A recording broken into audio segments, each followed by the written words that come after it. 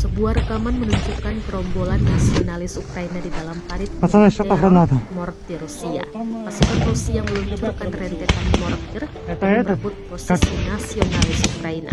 Namun, lokasi penyerangan ini tidak dirincikan dalam narasi unggahan. Rekamannya beredar di Telegram pada Selasa, 25 April 2023. Это было близко. Dalam keterangan unggahan disebutkan sekelompok nasionalis Ukraina saat berada di posisi Pацаны, что по bentengnya гранатам? diserang oleh mortir Rusia.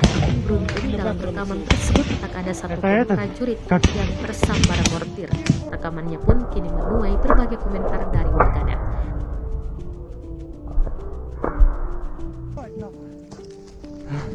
Это было близко, сука. Secara total, sejak awal operasi militer khusus, Rusia mengklaim telah menghancurkan 411 pesawat Ukraina, termasuk 228 helikopter, 3.849 kendaraan udara tak berawak, 415 sistem rudal anti pesawat, 8.849 tank, dan kendaraan tempur lapis baja lainnya. Sedangkan pihak Ukraina mengklaim telah menghabisi hingga 187.770 pasukan Rusia hingga Rabu 26 April 2023.